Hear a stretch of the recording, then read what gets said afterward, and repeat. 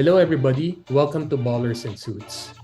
Before we start today's episode, I would like you to hit like and subscribe to our YouTube channel. And hopefully, you can also follow our Instagram pages as seen here below. For this episode, we have a special guest.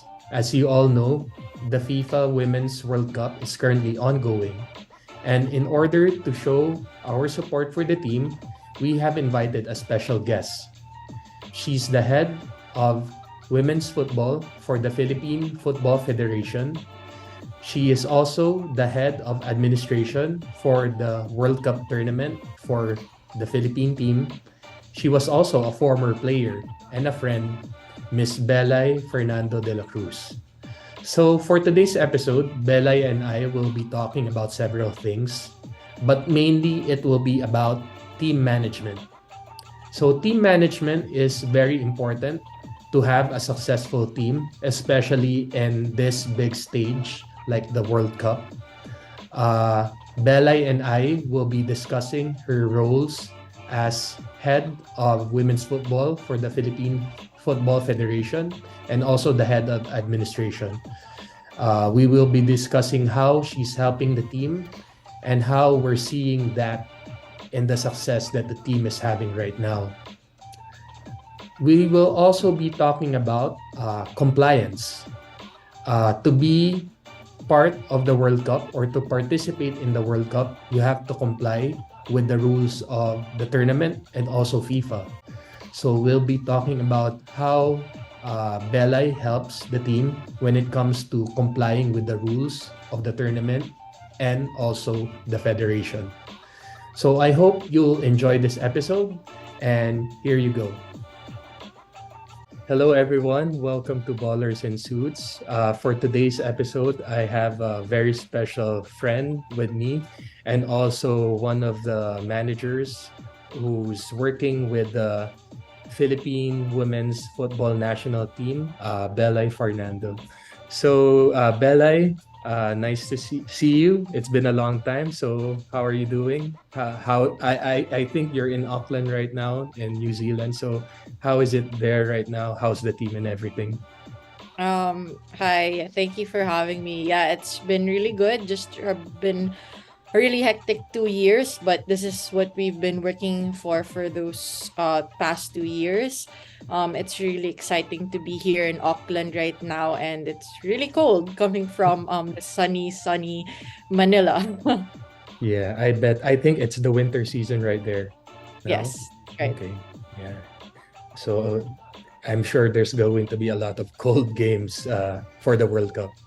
Yes, for sure. So again, I want to congratulate you and the team for making it to the World Cup. It's a very big achievement. As you mentioned, it's the first time that's happening, not only for the women's Philippine team, but for the whole Philippine football community. So it's a really big achievement, the world stage, and we all hope that you do well. And even even if the World Cup hasn't started yet, we're already proud of you. I just wanted you to know that.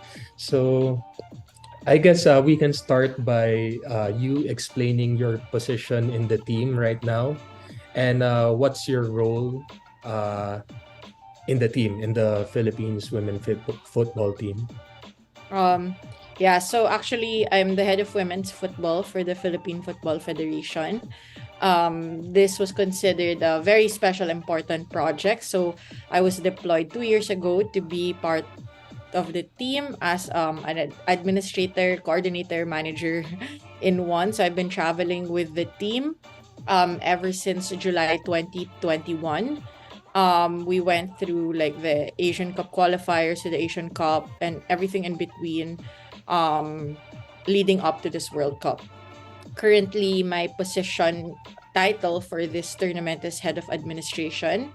So I just oversee all of the logistics that go into the participation of the team, from registration to all the paperwork, the schedule of the team, and making sure that the team has everything it needs, from the coaches to the players to the management side, and just overseeing the overall activities of the team. Okay, that's interesting.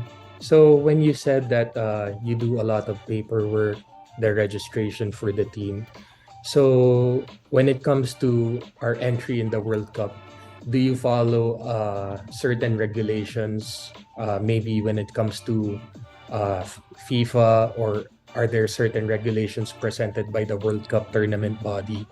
And what does the what does the work usually entail? So FIFA is the governing body for all football competitions, but there are layers to FIFA. So under FIFA, there are seven confederations. I hope I'm getting that right. So we fall under the Asian Football Confederation, and then under the Asian Football Confederation, there's 11 member associations, and we fall under the Philippine Football Federation, who's one of the member associations of. Oh, sorry. First is the ASEAN Football Federation, which is the Southeast Asian countries plus Australia, and then the Philippine Football Federation falls under the PFF. That's our regional football federation. So normally when you have tournaments such as the ASEAN Football Federation Women's Championships or the Southeast Asian Games or the Asian Women's Cup, these they have certain regulations and guidelines per competition. Now, these regulations still all fall under the oversight of FIFA. So they do have regulations that pertain to each tournament. But overall, they're pretty much all aligned. There's just going to be small differences, such as how many players you can register, how many goalkeepers you register, by when you need to register, and they have different systems and portals that you follow. But pretty much they're all the same type of documentation. They require the Philippine passport and clearances from FIFA, which they oversee. It looks like a lot of work there, especially if you're dealing with a lot of your players and also dealing with their administrative matters of the whole team. Because I mean, there's a lot of players in your team, and then also some of them have a variety of complexities in when it comes to their nationality. Maybe some of them are dual citizens, or they have different paperwork from other countries. So that's very interesting. And being the manager of the team, do you also handle of course, our players right now, some of them are based overseas or playing for other clubs. Do you also get to deal with their resident clubs when it comes to playing for the national team, or before they play for the national team and play for the World Cup? Do you also negotiate or talk to their local teams, or maybe they're still playing for a college or university? Do you also coordinate with them when it comes to their schedule and those things? Yes, of course, there's coordination that entails. There's something called FIFA International windows or playing dates. So normally they are required to release the players. You just write to the clubs and the schools to excuse them from their activities during those windows. However, they are not required to release players outside of these windows. And so tournaments such as the Asian Games, Southeast Asian Games, these are the types of tournaments that don't fall in those windows because they are outside the scheduling of the FIFA international date. So that's when you usually are not able to get the players that are with clubs. If you do, that's special permission. So yeah, you just coordinate and write letters to these clubs. I see. So, in a way, I'm guessing that some of the players are under contract with some teams and some universities, maybe. So, the Philippine national team has to ask for permission before they can be allowed to play for the national team and participate in the World Cup. Yes. Okay. So, meaning to say, when it comes for playing for the national team, there's no sort of contract involved. It's just purely voluntary and also selection, and also because you're selected to play, then you can play. Is it something like that?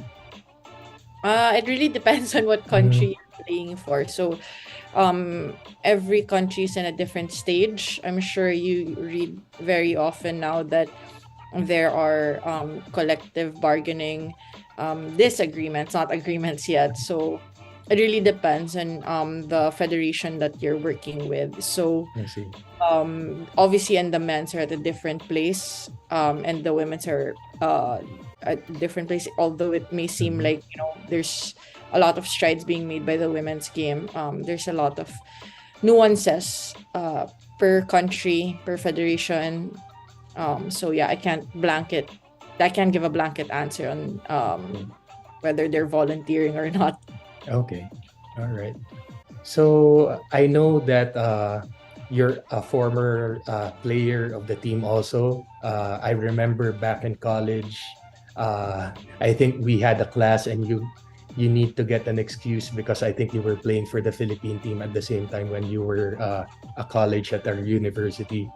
So now that you're in a different role on the managerial side of the Philippine team, uh, what challenges do you usually experience in your position? And are there, would you say there's more pressure being a player or more pressure being a manager I or the think same? Yeah, no, I think that the pressure is different. The pressure of being a player is it's also a lot. It's of course you're younger. There's you still have a lot to experience, so managing the pressure around you and is always going to be a challenge. It's a lot of internal struggle, like you when you're the type of person who critiques yourself a lot, like and always wanting to do your best, but it's always going to be objective in sports when you're playing and stuff like that. So it's a Mhm. different kind of pressure that you can actually relieve. I think when you're manager and then you have the team, you're handling the team, I think it's a 24/7 thing. It's hard to really sleep because even though you think the work is done, there's always something that can be improved on, something that can be done.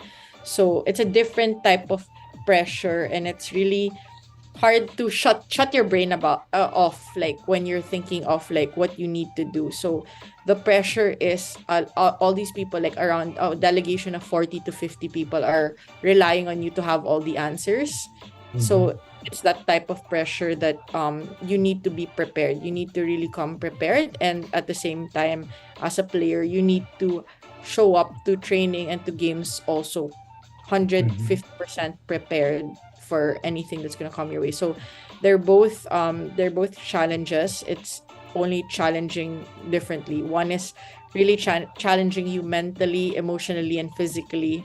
Well, I guess it's the same. But like even as a manager, you're challenged to be like 100% present, and you have the challenges to you really have to keep yourself mentally, emotionally, and physically healthy to be available for everyone. Mhm. Okay. I think also maybe because you're in a different position right now, you're also thinking of the whole team, making sure that they have everything they need and that they're ready to compete.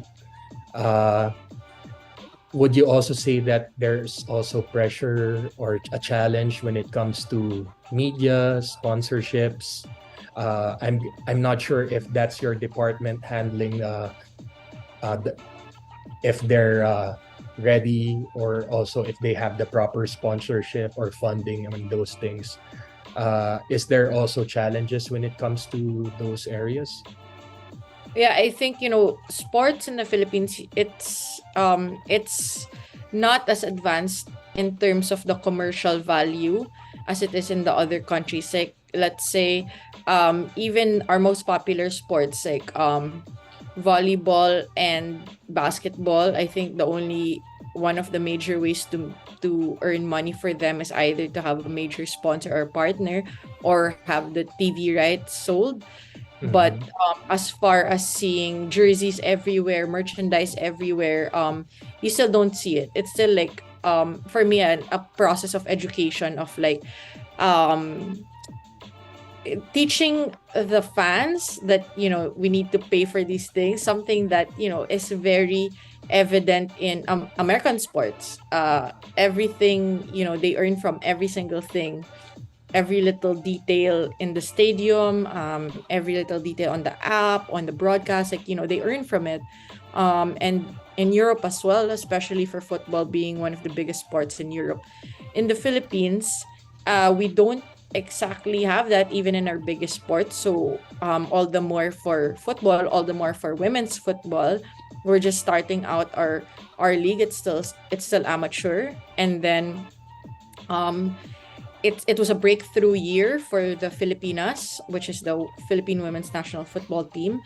So there are sponsors wanting to come out, but it's hard to determine, like, partners that you really can work with for the long term, or if it's just for now. It's work in progress, and a learning curve for all of us on how to really balance all of this, like the attention that's coming. And it's not even, if you compare it to basketball and volleyball in the country, it's just really really starting. So Yeah.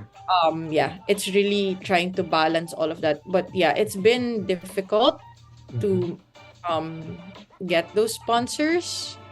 I wouldn't really say difficult. A lot of sponsors have shown interest. It's just a matter of finding that right balance that would make a good partnership between the team and the sponsors who want to come in. And it's taking time. So, yeah, hopefully in the near future, we really find those good, solid partners that will keep the team, in a good place, and the company as well.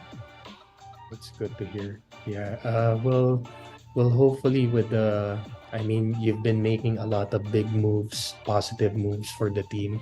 So it's also gaining a lot of attention and awareness within the Philippine community. So hopefully that will encourage more companies and groups of people to help out the team, and also maybe create or innovate new opportunities where uh, they can help the team, but also they, of course, they want some return to their investment also, but maybe they can get that through some innovative way or innovative manner, and hopefully that develops sometime in the near future.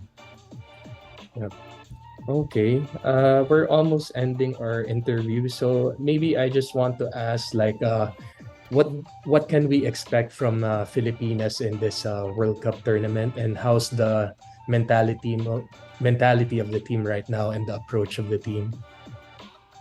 The Filipinas, they were unexpected participants in this Women's World Cup. From it The ranking blew like jumped like 20 spots almost, like Yeah. in the past 2 years. Like, it's we are definitely the David in the story, but we are coming out. The team is coming out strong and proud to play for the country, and to win some games, or just really perform well as a unit. Just eager to do the best, and they are fighting for the country, they're fighting for their families, and they're fighting for Mhm. themselves. This is such a big experience, huge experience for them, for the first time, for the country. um I think they're just going to leave everything out on the field, like everyone that's supporting them from beyond the lines. Like, we are ready to leave everything we possibly can out here on the pitch and do everything for the Philippines. So yeah, the team is really in a positive place right now. So hopefully we can make everyone proud. That's good. That's good to know. Actually, I've been going through your social media accounts of the team, and it looks like they're training very hard. They've been in Australia for quite some time, and now you're there in New Zealand finalizing your final preparations, and it looks like the team has a good bond because although they're working hard, they also don't forget to build the camaraderie and the chemistry within the team. Well, it looks like that in social media. So that's actually, you have a good social media team. I like the posts, the Instagram posts. It's very engaging, and they give good updates to the Yeah. for the team. So it's interesting, even if you're not if even if you're just a casual fan. And I think you're going to do well. And even though you're working hard and preparing hard, I guess since this is a once in a lifetime opportunity, it's also best to also enjoy the experience. I'm sure you're enjoying there at the same time, but when you're already there in the pitch, enjoy the competitions, be competitive, but also enjoy, have fun, and just absorb all the experience and the memories. And I'm sure you'll do well. You already made us proud just by being there. So congratulations. Thank you. Yeah. Yeah. So that's it. Maybe just one last question. Do you think the Filipinas will face off USA? Or we Sorry. can hope. It, Is there a chance that Filipinas will face USA? mm, Or we can hope. we can hope. Yeah, we can Yeah. hope. Yeah. Yeah. If that happens, I think I'll go crazy. Yeah, I It, think all of and if it's an upset, then good for us. yeah. Yeah. That would be like the best story if that happens. Yeah, for Yeah. sure. Okay. So that's it for today for Ballers and Suits. Again, I want to thank my friend Belay for her time. And let's all support Filipinas national football team, and let's encourage them for a good result for the upcoming World Cup. That's it. Thank you, Belay. Thank you. All right. I hope you liked that episode with our special guest, Belay Fernando-Dela Cruz. Again, I would like to thank Belay for giving us time within her busy schedule during this FIFA World Cup season. We would also like to congratulate the Filipinas football team for getting it this far. It's not easy to qualify for the World Cup. And as we can see during their journey for this tournament so far, they've done well. They got a win against host country New Zealand, and hopefully they will be able to get out of the group stages and go into the knockout rounds. So congratulations to the team, to Belay. And just to wrap up the discussion, we realize now that when it comes to joining these tournaments, there are a lot of logistics that come with it. You have to comply with the FIFA rules. You have to comply with tournament rules. Internally, you have to organize the paperwork of each player and also the schedules of the players. Some of these players are playing for other countries, or their resident clubs or universities in other countries. And also, some of these players have complexities when it comes to their citizenship. So it's very important to have a successful team, and to make sure that your team is performing at its best is that you have good team managers, or people managing the team. We also saw that Belay, as head of administration and also the Philippine Football Federation, when it comes to the women's side, that she's in charge, or she's also working when it comes to the endorsements and sponsorship deals of the team, to help the team in their campaign for the World Cup, and also their other projects moving forward. So we can see that she's really busy in her position, and sometimes it's also as important as being a player in the team. So that's it for today. I hope you enjoyed that episode and watch us again for our upcoming episodes. And we wish all the best for Team Filipinas in this World Cup tournament. Let's get it.